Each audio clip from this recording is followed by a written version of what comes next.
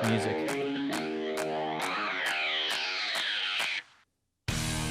What is going on? This is episode 30 of the Connect podcast, and I am sitting here with Professor Matt Manning.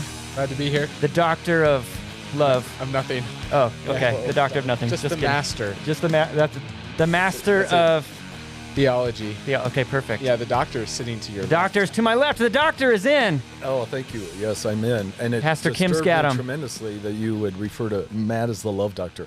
That has that just changed everything. Yeah, the whole show just everything changed. Took a left. Yeah. It's all downhill from here. It's somewhere. Oh, man. Well, hey, on the Connect podcast today, we're going to be talking about tensions that are happening in the Middle East. If you are alive, I am almost certain that you have seen the videos of rockets being shot into Israel and the Iron Dome and all of the different things going on and just crazy tension, which tension in the Middle East is not new. And we'll run down the history here in a little bit, but I've just been thinking about, man, tension. I remember being a kid and thinking about the tensions in Israel and all of the back and forth and the fighting and stuff, which, of course, we'll get into it more than later, but there's a lot to be said about that. So yeah, it just keeps happening, right? It does. Yeah. It does. It hasn't. No one has solved it yet. That's the longest ongoing tension on Earth. So I have gathered the brain trust so that we can solve this problem today. Perfectly. Yeah. And then we'll edit it out because it's like solving world hunger. It's true. We don't actually want to solve world hunger. That was from a commercial or what is it? It's from the Grinch. Oh, the Grinch. Yeah, okay. and he's sitting there. He says, "Solve world hunger, tell no one." Tell no one. When he's sitting there going through his to-do list for the day. So anyway, as we jump into this, I know that both of you guys and I too have traveled a bit around the world, and I am curious what, as you have traveled, has been your favorite place to travel or your favorite cross-cultural experience. And so, Kim, I'm going to start with you. I know that.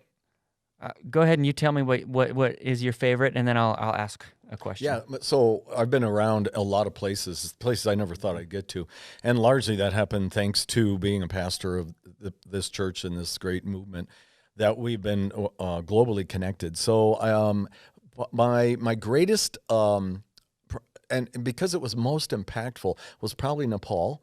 And and also the greatest experience I've ever had, or the most profound experience I've ever had, was also in Nepal with some missionary friends that we have there, the Tamangs. And it was most memorable because it's just stunningly beautiful, and the people are like the countryside or the architecture and the people. Okay. Well, it's a conglomeration of Eastern religion. And Christians are a really small minority, so they're a powerful group that has to survive by their own connectivity. You want me to tell you what my weirdest experience was there? I would love to hear your weirdest experience. We were, Tim and I, a buddy and I went out there to teach, and they were treating us to this great meal of goat. And so they wanted fresh goat. So on the way from the airport in Kathmandu to this mountainside resort that they had built with straws and sticks, we ended up picking up a goat in the cab, in the little rickshaw. A goat. We bought like a live goat one off the street, and it got in the cab with us. And we rode up 30 minutes to this place, and then the goat was just hanging with us for the couple days, and then the big feast was going to happen, and the goat was the feast. So they take this dull blade machete and they slug away at this goat's neck to decapitate it and kill it. Well, it didn't work, and it just bludgeoned this goat, and it was bleeding, not bleeding, but bleating, it was in pain, and it was awful. I cannot get that image out of my head. Well, finally, they got its head severed, and then they dipped this goat, the whole thing, in a vat of boiling water, including its head, which is separated from its body at this point.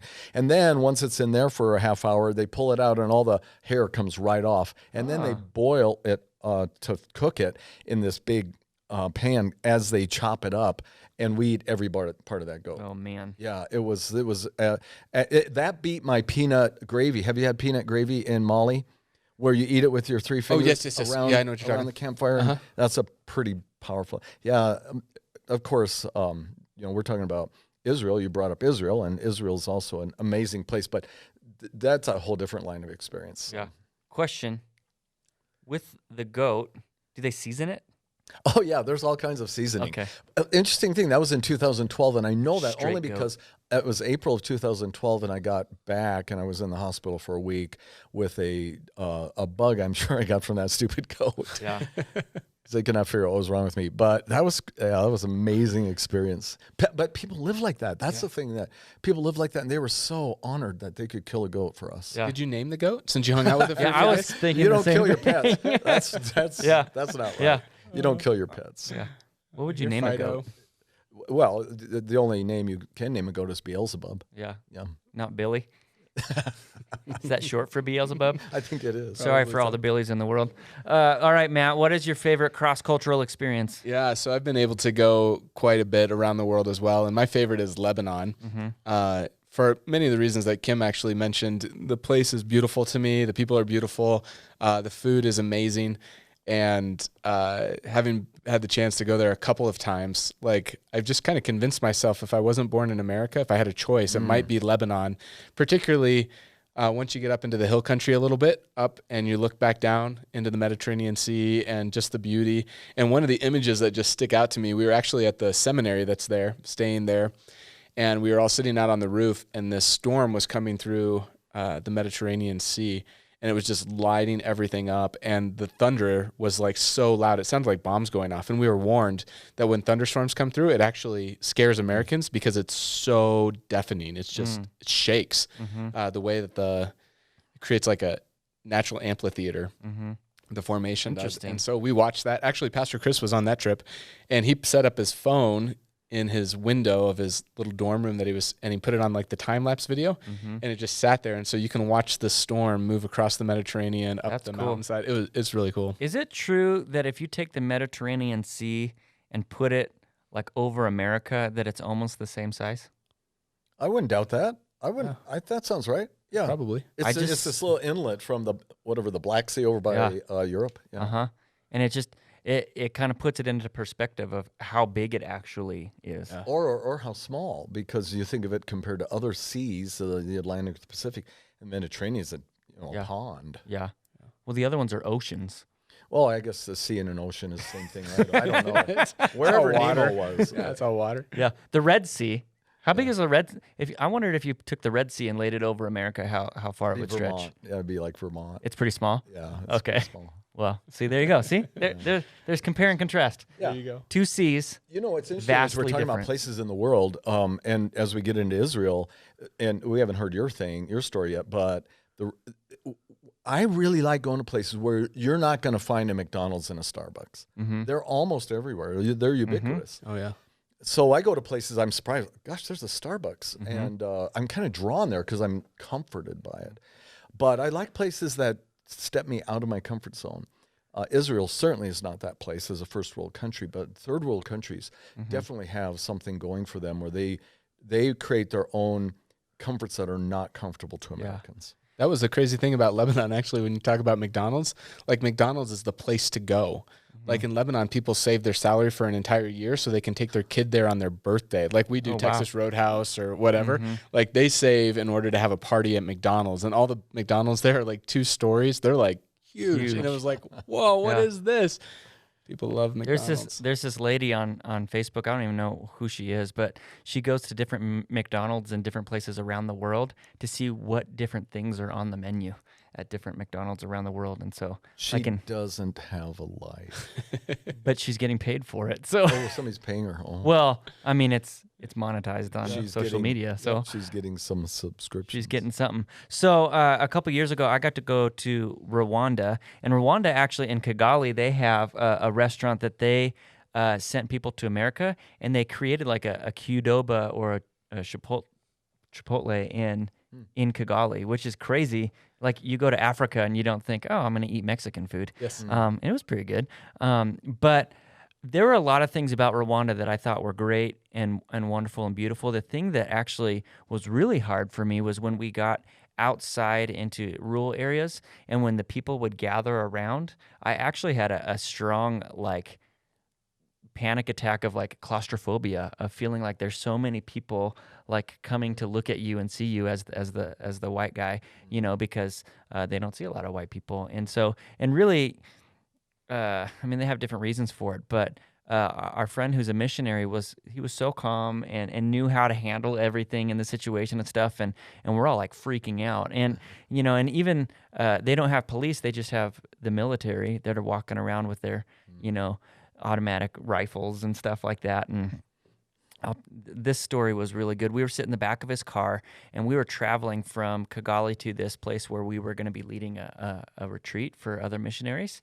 And once a month on a Saturday, the whole country has to send one person from your family to go out and do a civil project.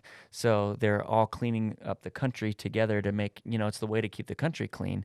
And so as we were traveling at every town, the military would stop us to see where we were going, to make sure that we had, people who were, if we were citizens, we had people participating in this cleanup day. And we stopped at this first one, and this military person talks to Brad, and he says, "Do you think it would be possible for you to come and participate with us in our holiday?" And Brad, and he has the big machine gun, right? Yeah. And my friend and I are in the back seat like, "Oh man, he's gonna kill us," And Brad simply says to him, "No, it would not be possible," because Brad knows. If we get out of the car, we're going to become a spectacle, and we have to get to this place that we're going because there's no electricity. So we have to get there in time to get stuff set up before we run out of daylight. And so the guy tells us to pull over, and there's another car behind us, and we have walkie-talkies, and we're talking to each other. And so his wife, who's in the other car, says, "Hey, Brad, what's going on?" And Brad can speak the language like it's like a gift from God that he's able to speak the language as good as he can. And so she's like, "Are you talking to him? Like, what's going to happen?" And he's like, "Well, I'm going with the I'm a white guy and I don't know how to speak your language approach." And so eventually, like 10 minutes later, the guy was like, "Fine, just go," and so we moved on. But my friend and I were in the back seat thinking, this is it. This is where our life ends, Yeah. But no, it was good. There's a lot of really cool things. There's a lot of great things in a cross-cultural experience. And I think that there's a lot that we can learn in America about being cross-cultural. I think that most people are not cross-cultural. And I was just talking with that same missionary, and he was talking about how the first thing you learn when you go onto a mission field is how to have a healthy cross-cultural experience, and that the first thing that you learn to do is to listen. It's not to say your culture's right or wrong and mine is right. It's to listen and understand, why do you do the things that you do? And in America today, we don't see a lot of that happening. It's my way is right, your way is wrong, and there's not a lot of listening and striving for understanding. It's just simply you're wrong and I'm right. And so I think we should all take a cross-cultural class and learn how to listen to each other. It's almost living in a cross-cultural environment in the United States of America now. Mm-hmm. So many of the nations are represented here, which is beautiful. It's a quilt work of beauty. Being able to talk to people who have never been out of the country always blows my mind. Mm-hmm. When I meet or out of their own state. Yeah. It's kind of amazing too. It is. It's wild. So, we want to jump into Israel and what's going on in Israel. And so I'm just going to back us up a little bit and take us through just a very small portion of or small amount of highlights of Israel as a nation, and where they've come from, and we obviously approach everything from a biblical perspective and trust that the Bible is telling us things that are true. And so really Israel goes all the way back to Abraham, Isaac, and Jacob, right? The Israel's patriarchs, the who God chose to make the nation, right? And so we have those guys. Eventually Moses, lots of history up until Moses, but Moses comes in. At that point, Israel is captive and slaves in Egypt. We know, most of us know that story of Moses, taking them out. They wander around for lots of years and eventually get to the promised land, right? That we know of would be modern day, the same area as modern day Israel. They establish the temple eventually in Israel. And then there's lots of displacement that happens. They get kicked out of their land. They come back. They get kicked out. The Babylonians come in, and there's lots of history there. Eventually, Rome comes into play. They take over the area. And then getting a little bit more modern, 691 is when the Dome of the Rock is built in Jerusalem, that we're all familiar with, the Dome of the Rock that sits in the middle of Jerusalem, which is actually shares the same land as where the temple was, and so there's a lot of religious battle going on there. 1918, I don't know how exactly all this happened, but Britain somehow gets control and starts displacing, or really Jews start coming back into the area. And then in 1948, Israel gets set up as its own nation. And I know that, Matt, you were mentioning that you have some thoughts just about Israel. Can you give us some talks, please? I can. I'll throw out some talks. Some more better talks. Some more better talks. That's for that's you, it. Kim. Say some talk. Yeah, I think in 1948, one of the things when I went to Lebanon that opened my eyes of when Israel became a nation, and what a lot of what we actually experience today between the Israelis and the Palestinians is that when Israel moved in 1948, we're made a nation state again, they actually moved all the Palestinians out into Lebanon, into Jordan, and said, hey, you leave the country, we want to set everything up, and then when we get set up, you can come back in, wink, wink, and they got everything set up, and then they were told the Jordanians and the Lebanese, you just go ahead and keep them. And in Jordan, the people intermingled, married, and now Palestinian and Jordanians are pretty intermingled in Jordan. In Lebanon, they kept them in containment camps, basically. And still to this day, they live in these, I don't even know how to explain them. It's really these ghetto. ghettos. Yeah, these ghettos run by the United Nations, actually. And you can't get in or out unless you have some kind of identification that you're Palestinian in that space. But that's where a lot of the animosity. So help me understand. Maybe you know this, Kim. Just the geographical makeup. I know that you have Israel. Is the West Bank actually part of the Israel country? Yeah.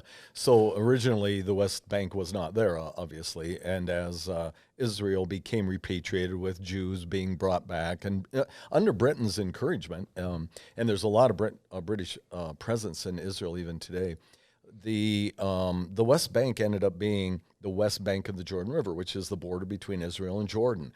So the west bank of that river is right close to Jerusalem. And the West Bank became kind of the hotbed of where Palestinians were then allowed to establish presence as they started to become repatriated back into Israel, but under Israel's control. So they and they're gaining presence in Jerusalem. In Israel, in and around Jerusalem. Yeah, through that kind of space on the West Bank. Yeah, West Bank being that PLO or PLA, depending on who you talk to, the Palestinian Liberation Organization. I understand that's the largest employer in the world, too. Interesting. I never knew that until recently. Fun fact. Yeah, fun fact. But for the purpose of gaining their perceived right to be a people with rights to be there in what Israel's defined their borders. Yeah. So the peace accords have, I think, starting with Oslo or somewhere, became part of the development of the West Bank and the Palestinian presence in Gaza and in the Golan Heights. So I know that. So Palestinians. Is that it? Yep. Palestinians. Yep. Palestinians. Okay. They get moved out, and so a lot of their presence is in Jordan. Is that correct? And in Gaza. Jordan is to the east, and then, yes and no. So when they started coming back mainly from Jordan, I don't know about the Lebanese Palestinians, how they migrated back. But they haven't. They've largely stayed in Lebanon, and so they are, countryless. They don't have no Palestinian has a country. If you're born, you don't have a passport or anything. Gigi, who is actually one of our partners in Lebanon, is born Palestinian, and so lives listening to her life story is pretty interesting in terms of being a person without a nation, which is kind of weird in that space. Yeah. But yeah, most of the Palestinians have been stayed in Lebanon that were forced into Lebanon after 1948, and Israel doesn't want them back. In fact, there's writings and stories of how Israel, through like secret military, sent military personnel in like in the night and just slaughtered, city blocks of Palestinians in there, up in Lebanon. So and some of that Israel's stuff. not completely innocent in What country is? Yeah. Yeah. country? Right. I know though that from the Christian perspective is Israel is the hero for a different reason. Yeah. Ooh. Yeah. Kim made a face. Well, because that I'm- just crosses the bridge, right? You Sure. just cross the bridge into why the Palestinians and why the Israelis both will fight till their death for that land to be theirs. And so when we get into that, it's depending upon where you stand, I clearly stand with the biblical record of God established that land as a promise from Dan to Beersheba, which is basically Israel today, the promised land, that with the children of Jacob, of Israel. And these Israelites then conquered that land. It was preoccupied.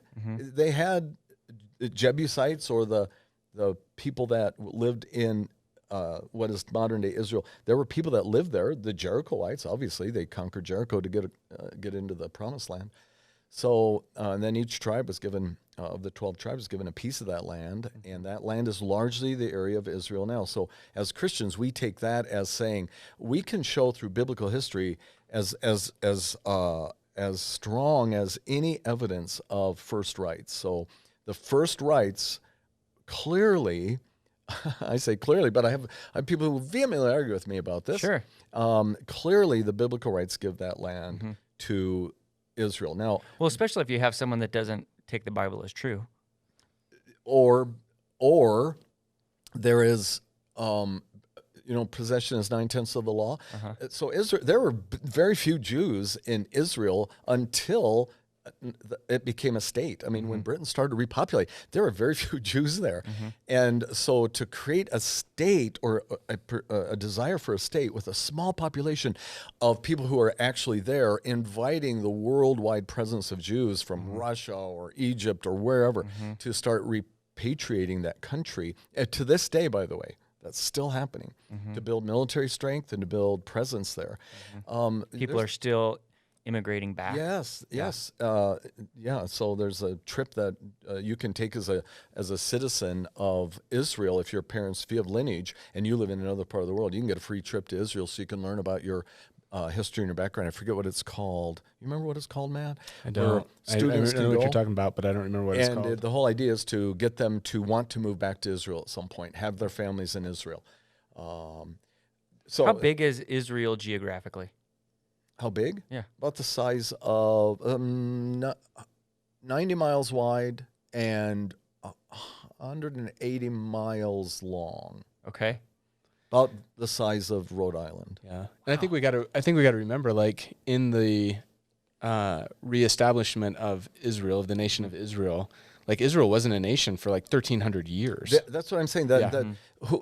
If possession is 9/10 of the law, they did not possess the land. They were in the diaspora for all the way from 70 A.D. You're talking about the Jewish nation. The Jews, Yeah. when they were dispersed because Rome came in and burned down Jerusalem, they absolutely burned it to the ground. Jews did not return until when Britain started this in 1800s. Yeah. So that's a long time to not possess land. Well, who moved in there? Well, the Arabs and the Muslims in 600s. So they really have an ownership to it based on possession. You just don't displace all these people. So then their feeling is, this was ours, and you came in and you took it away and you pushed us out. No, I don't think the Jews feel that. No, not the Jews. I'm saying Oh, yes, The the Palestinians. the Palestinians. Palestinians feel that way very much so. And I think when you said, that Israel's not innocent in this, like it's important, particularly as believers, to be able to differentiate between the nation state of Israel and what we see in the scriptures as the people of Israel, right? Like nation states act in their own interest. And if you've been to Israel, Israel is as secular as any other nation these days. They are not a theocracy. Yeah, they're not a like theocracy. much of Islam is. Gotcha. So a nation state, it's a very secular organization and military, but it's populated by very religious people who claim ownership based on the Abrahamic covenant. And that's how they are able to like fuel their military, right? Is by people who are willing to die for it, right? Sort of. Is that a bad way to put it? No, it's a nice way to put it. Actually, military is compulsory. You have to serve 2 years starting at the age 18 in the military. But I'm saying if they're trying to get more people to come and be there, as soon as you come and reclaim your citizenship, you're now required to be in the military for 2 years. I'm not sure about that. If you come in, I know if you're in your Israeli, kids would be though, right? If you go to school in Israel, yeah, right. if you go to school, yeah, absolutely. Yeah. So I mean, it's crazy. All of it is. Well, I feel like too that a lot of, at least in Western world, like we have our ideas, but I don't know that we're probably pretty ignorant. It would probably be similar to in the United States if a outside country like Britain, Canada, they'd have to have a little more power. Okay. Like Britain decided that they were going to take over kind of the Oklahoma area and give it back to the Native Americans, and that's no longer going to be American. So if you're an American, you have to move out of Oklahoma so that the Native Americans can have their land back, and then maybe the Oklahomans can move back into the state, but maybe not. And if they do, they're going to be marginalized. And like we put that in perspective, and that's only 200 years maybe, right? Like in that space, we're talking do that, but times it by 7, 8, 9 times length. And that's kind of what happened in Israel. But the other thing too is it odd to think this little... I feel like I want to say the right thing just to get Kim going. Is it odd to think that this little Rhode Island size country, not a state, a country, with 5 or 8 million people, and I don't know how many people right now, both Palestinian and Jews, is it wrong? Let me frame it positively. Is it right for them to say all this land around us is Islam and Arab land, Palestinian land? You can go to Jordan, you can go to Egypt, you can go to Lebanon, you can go points east from there, even points north, and some points west if you get into Turkey. And all we want is this little Rhode Island-sized piece of land. That's all we're asking, which is basically the Jewish point. This is what God gave us. This is all we want back. You can have everything else. We don't mind being surrounded by enemies, which they are. Everybody around them wants them gone. In fact, no country around Israel uses that term for that country. Right. They don't even call it Israel. Right. One of our friends from Lebanon told me that in school it's called occupied Palestine. Occupied Palestine. Yeah, or the Christians call it Disneyland. Well, when you're in Lebanon, you can't say or Egypt, you can't say Israel. Yeah. So the code is Disneyland. So you know what you're talking about. So. That's so funny. I think now you just put it out on the. Now everybody knows. Yes, everybody. Yeah, that you was a good secret. You gave away the code. Gave away the code. I think when it comes to this is the podcast they're listening to get all their information. This is the one. This is the one. I think when it comes to what you're asking, Kim, I think that while us as believers look at it and move towards what the scriptures say in that space, the rest of the world works on who's ever strongest. And, the United States has only been the United States for 200 years because we happen to be stronger in the moment, right? In that space. And I think that the beef of the Arabs, and maybe legitimate from a worldview perspective, is that we were stronger. We took it from Israel. So God maybe gave it to them at the beginning, but we took it. And then out of no fault of their own, so to speak, right? It's in the aftermath of World War II that the powers that won World War II decided that, hey, Arabs, you have to give this back up and we're going to reestablish Israel. And that was made through peace treaties and, the aftermath of World War II, not anything that the Arabs had. The Arabs didn't lose it, right? It was just simply. That's a huge thing too when you think about it. We've never seen that. Many of us, I'm not that old, but my parents are. They lived through that time when Israel was becoming a state, watching this happen after nothing like that has happened in that land since 70 AD. Yeah. That's just mind-blowing that all this has happened in our lifetime in essence. Yeah. Yeah. What does anybody know what it was called before 1948? Like what did the Brits call it? Did they call it the Commonwealth of Israel? And before 1918, what was it in terms of historical reference? What was it? Just part of Jordan? Was it? That is a good question. It wasn't Philistia. We're not talking about because there's some writing out there that I recall reading at one point about Palestine coming. Don't worry, guys. Google's listening. Being an aberration or a change of the word Philistine. So they said Palestine. Oh, so it was called to Palestine? control and became known as Palestine. Okay. So people ask me, modern day Israel, Palestine, and where do Jordan. Palestinians live, right? I mean, they don't have a state. Did they have a state prior to Israel coming in? And Israel came in with the help of the encouragement of Britain and the United Kingdom, and the United States backing, and just take that land over, claiming original rights. I have a question for you. So these guys had to leave, and now they don't have a state. They don't have a home. And Israel's saying, we don't want all this other stuff. You can have it. How come, or how? You mean the other land? The other land. Countries. Yeah, the other. Yeah. We don't want this other land. So what should there be a land created for those? That's exactly what's refugees? Happening. That's what Gaza is. That's Okay. what Bethlehem is. By the way, Bethlehem is Palestinian controlled. Okay. And 20 years ago ish, Israel built a 20-foot concrete wall around Bethlehem. That is the craziest thing that I've ever seen in my entire life. To keep the Palestinians out of the rest. Jerusalem. Interesting. And their answer was because terrorists are going to come out with bombs strapped to their body and they're going to create havoc in Jerusalem. 5 miles is the distance between Jerusalem and Bethlehem. It's an easy walk. Yeah, just Jared, if it would be seriously like right here on 128th, if it'd be like North Glen campus and Thornton campus, or they just built a wall and they literally put it right down the middle of the street. So the right side of the street is in Israel, and the left side of the street is Bethlehem, and it's just like these. Yeah, so they like pushed all the Palestinians in this little strip in southern Israel on the Mediterranean called Gaza, which is also in conjunction with Egypt. Egypt was in partnership with Israel for this creation of Gaza Strip. So that's where all the Palestinians live. The problem is there's 3 million people living in this. So if all of Israel is the size of Rhode Island, that would be the size of maybe Thornton campus. I don't know. I know it's bigger than that, but Gaza is really tiny. Yeah, and there's tons of people. And they don't have human.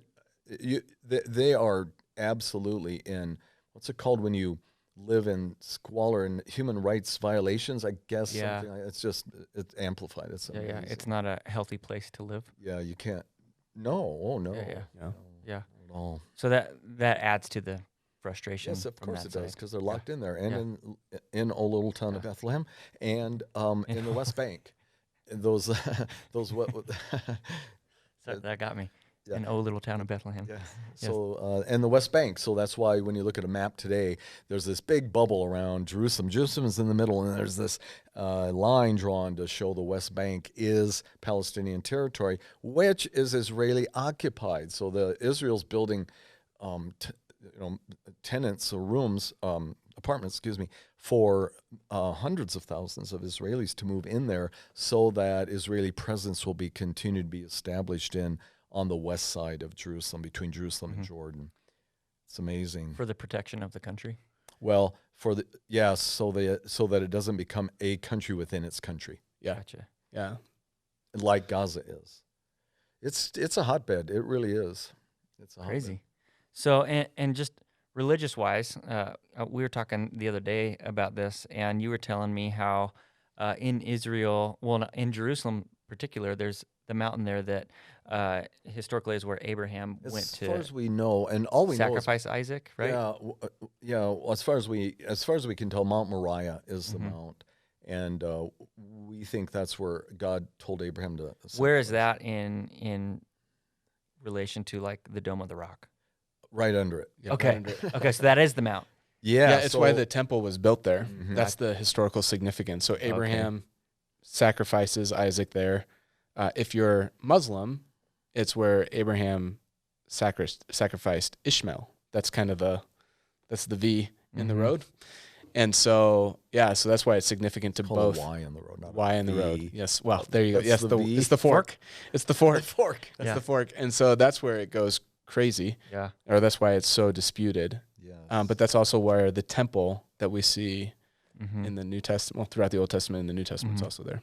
And then it was destroyed. And then when Islam was established in 638 or whatever, they claimed Israel. So Mecca was their number one site, still is. Number two site is Jerusalem. Well, they had to establish, well, why is this a site for Muslims? And so, in my opinion, they made up, because I think the whole thing is made up, but they made up the story of Muhammad ascending from the Mount Moriah, so they built the Dome of the Rock there. Okay. And there's another mosque up on that Temple Mount. So the mount is what Herod built for the Jews to come up and be able to do their worship services. And it's huge. What a guy. Yeah. Well, he's a master builder. Yeah. He's Herod the Horrible to some, Herod the Great to others. And there's another mosque there. So the Dome of the Rock, many people don't know that beautiful gold dome is a women's prayer mosque. So only women can go in there and pray. And then the ugly mosque on there, when you do a Google search, the black domed is a men's prayer mosque. Okay. For Muslims. Yes, for Muslims. And And it so- sits under the Temple Mount. Are there? So obviously, there's Israel as my bloodline and my state. Are there Israel people who are Muslim or Are there Jewish people? Israelis who are Muslims? I would say yes. Yeah. I'm just curious if the Dome of the Rock is in Israel and they're trying to push. Maybe they don't care. I mean, what's this is completely an ignorant question, but how come the Dome of the Rock is still up? Because if somebody, you want to answer that, Matt? You can go ahead and take it. If anybody were to make a move to remove it, most people, scholars and laymen alike, will believe it will cause World War III. It will cause a nuclear disaster. So if there's an agreed upon, Because you have different nations who are backing different people, and that's just two. the And center point. it's the holy site, right? No, I mean there's different countries that are there's countries that are backing Israel, and there's countries that are backing Yeah, Palestine. we don't get our fingers on the nuke buttons. Yeah. And the Dome of the Rock is, like Kim said, the second most significant holy site in all of Islam. And the first in all of Judaism. Yeah. So the Temple Mount, this large area that's probably 6 football fields big, is controlled by the Palestinians, but it's policed by the Israelis. So they both have to get along. So And to answer your question, when you go into Israel, particularly in like the Jerusalem area, there's different segments. So you have like an area of the city that is Jewish. You have a area of the city that is Islamic. You have a area of the city of, what's the Christian sect that's there? It's the Christian, Armenian. Jewish, and the Christian, Armenian, Jewish, and Islam. Yeah, in Islam. And so there's 4 quarters of the city. and you just kind of stay in your part. Kind of. Yeah, you know exactly when you've gone from one to the other. Yeah, it's really crazy. Yeah, and you know And are they hostile to each other? so this is what's interesting. I sat with Learning a lot here. I sat with the mayor of Nazareth on one of my trips there. I invited him to come to our group, and he came and he talked to our group, and we asked him this question. So what do you think about all the hostility between the Palestinians and the Israelis? And he said, those are the extremists. The rest of us just want peace. We all work together. We all eat together. We're all in the same Rotary clubs together. We all go to worship services. We all send our kids to the same day camps. We want just peace. We want to just get along. So his take was, it's the extremists who are causing the problem, both on the Israeli side and the Palestinian side, which is an interesting concept, I thought. It is. And not too different from what our experience has been, at least in some social issues over the last year in that space. Yeah, Christian extremists versus progressive extremists. Which is, and wonder if that happens in America at times as well. That's what I'm saying. Yeah. Is that what you're saying? Yeah, Yeah, yeah. that's what Where I'm saying. it's the extremists that are causing the tension, and most people are like, I just want to get along with people. When you go there, and at the time of this recording, we're going to be going on within 2 weeks. We got a trip to Israel going. How do you feel about that with everything going on, or does it I not feel bother like you? I do every time. It's a non-issue. It's a non-issue.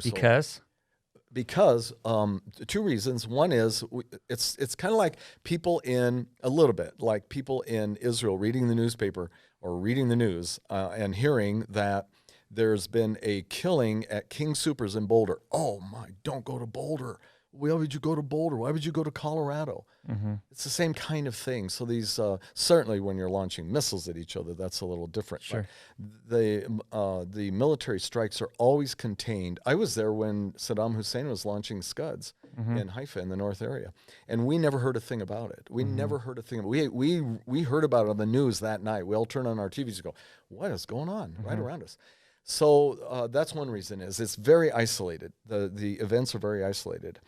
Second reason is tourists, which is their main industry, are valuable to both the Arabs and the Israelis. So the most protected class of citizen there are visitors because of their value to their economy, both economies, both the PLO or the Palestinian economy and the Israeli economy. Do you feel like Palestinians? So tourists are, but what about American tourists? Yeah, so when we go, we just try not to make ourselves. It's interesting. I heard, I didn't experience this, but there was a lot of Israeli Donald Trump fans because of his Israel stance. There won't be so much now because of Biden's stance, which is different. But that's so you don't go. It's like let's say somebody from China comes over here and they're promoting. And everything they do, everything they wear, everything they say, China. Well, that's kind of off-putting. Or pick your country, doesn't matter. Canadians especially. So that's a little off-putting. So what I tell our group is just don't go out there. Let's not go being belligerent Americans. Don't wear your MAGA hat or your flag shirt. Just kind of, and then so their questions come up like, well, can we wear like Harley Davidson because that's truly. I said Harley American's an international organization. You can do that. So. Yeah. It's just, being staunchly, obnoxiously bold that you're an American and you're there. You're there as a guest. And they already love you. Like one of the things we probably don't realize is the value of the dollar around the world. Like it's strong. Yeah, it's still strong. Yes. Yeah, it's very strong against the shekel, against every currency. Yeah, and so Israel used the shekel. Yes. Yeah, and so so that when Kim says they really want tourists there, it's because we come with the dollars. And so as long as you're not belligerent and trying to make a point, most are glad that you're there. Like in Lebanon, going back, we were there. The last time I was there is when the U.S. military fired a missile literally over. If we had been up, we would have seen it. Fired it over where we were at to land it into Syria. And the next day, unbeknownst to us, like all the phone calls in the morning woke us up of like, hey, are you guys okay? And all that kind of stuff. And we hadn't even heard or seen. But part of Gabe and I, we were staying in a different apartment, and every day our walk was through Hezbollah territory. And for most Americans, when you hear about Hezbollah, it's like, oh my goodness, like you would go nowhere near those people. And yet every day we had to walk about a half a mile through Hezbollah area. And on that day when the missile went over, they were as kind to us on that day as they were every other day, trying to sell us the foods and the breakfasts and, their trinkets and trying to survive and make money. Yeah, just trying to survive. And so like for most of them, it really was, even though it was Hezbollah territory, whatever that means, like to have a couple of Americans walking through there was not a big deal for them, even after a missile from the Americans had passed over the city. Yeah, interesting. I think that there's certainly a lot of thoughts, and even though we have the Christian perspective of understanding the biblical history of the land and Israel's claim to the land, I think that we can all understand the opposition's frustration. Oh, absolutely. And so when I see videos, on social media or of hashtag Free Palestine, or people protesting in Washington, D.C. saying Free Palestine, even though I don't agree with it, at least I can have a sense of understanding how they're feeling, maybe, or their frustration, to a degree. We as Americans are very much pro underdog, and right now the Palestinians in those sectors of Israel are being mistreated by Israel. So if the shoe was on the other foot, we'd probably see hashtag Free Israel. It's just our nature to go to those that are the underdogs and who are being treated, balance it out unfairly. We don't have to get into this too much, Kim, and but I know that we talked about just people see the things going on in Israel and they automatically jump to the world's coming to an end, and and Jesus is coming back, or get ready, here comes tribulation, or any of that stuff, which I'm sure when Israel became a nation, that was part of the conversation too. And so as we're thinking about our response as followers of Jesus, and how do we move forward, how do you interpret some of that stuff, and how does that affect what you do? Yeah, I really appreciate that question, because there's a lot of positions on. In fact, I think part of the push to reestablish Israel was eschatological, was to hasten, or at least make possible. Let's get Jesus back, make Israel a nation. Right, exactly. We can do it. We can bring him back. Yeah, we'll force this issue. So the thing that drives me is just Psalm. What is it, Matt? 8, pray for the peace of Jerusalem. Psalm 8, I think it's somewhere. If you don't know, then that's where it is. But if you do know, then it's where you think it is. So Psalm says, pray for the peace. Probably just read the whole thing. So yeah, and I have it memorized. So the issue is, regardless of where we stand and we think about the return of Christ or what's necessary to happen in the Middle East, and I certainly stand at a totally different place than a lot of Christians do. We pray for the peace of God's people, Israel. Yeah. I think in terms of like a response of a Christian response, a lot of things that I see in the world go back to identity and who we are. And at the end of the day, whether it's Jews or Palestinians or Arabs or Americans, right, every person is made in the image of God. And when we're made in the image of God, that begins to melt away our prejudices against other nations. It allows us to pray for the peace in space. And, I think part of my biggest frustration as a Christian leader is watching kind of the lines that get drawn in this debate, when the reality is that Israel has completely lost what its real identity was, which was to lead the world to the God that they worship. Like, it was never meant to be this, like, nation that just held on to this amazing gift and didn't let the whole world see it. But somewhere they got off track and they started to believe that they were this elite group that God had chosen, as opposed to the very people that God was to use to bring about salvation to the God that they worshiped. And so I look at this Palestinian Jewish fight that's happening and over land. And it's like, oh man, like Israel, you've totally lost your identity. Your identity was actually to lead those people to the God that you love. And all of that goes all the way back to Genesis chapter 1 in terms of identity. Then what God called Abraham's purpose to be, right? To bless all the nations of the world. And then we sit back and watch these fights that happen. And it's like, where's the blessing? Yeah. Israel, you're the manifestation of God's blessing into this world. Absolutely. Just act like it. In that And space. sadly, can they even do that without knowing Jesus? Yeah, and that's where I go. We have to be able to separate ourselves from the nation state of Israel, because the nation state of Israel is out for Israel's best interest, and they should be.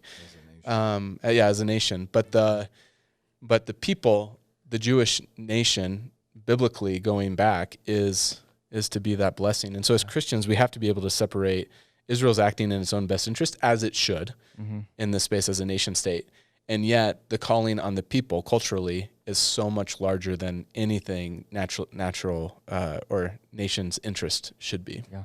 And it's interesting, two of the three major world religions that are identified there, Islam, Judaism, and Christianity. Only one is a faith that seeks to proselytize. So you're born into Judaism and you're born into Islam. There's not a lot of proselytizing going on. If you happen to trip into it, okay, but we go You're after in or you're not. everybody else. Yep. Yeah, it's good. Well, thanks, guys, for chatting, and thank you, Pastor Kim, for coming. Thanks for inviting me. This is kind of fun. You guys have a fun job. It is fun. We do Yeah, have, we do we have have a fun, great, so. fun job. So always lots of good things going on. Please do your due diligence in investigating a lot of this stuff beyond even just this conversation. And I think that's a good place for us to end, Kim. Trust us, but verify. Well, verify, but pray. Just pray for the peace in Jerusalem. I think that's a good place to stay. And kind of, I think, cross-culturally looking for understanding and saying, how can I understand how different people are feeling about particular situations, and try to find understanding and wisdom in that. So you're a good host. You play the middleman really well. Isn't that nice? Yeah, I like it. You bring That's some good. good conversation. So, well, thank you guys. It is awesome to be with you as always, and we will see you for the next one. Thank you.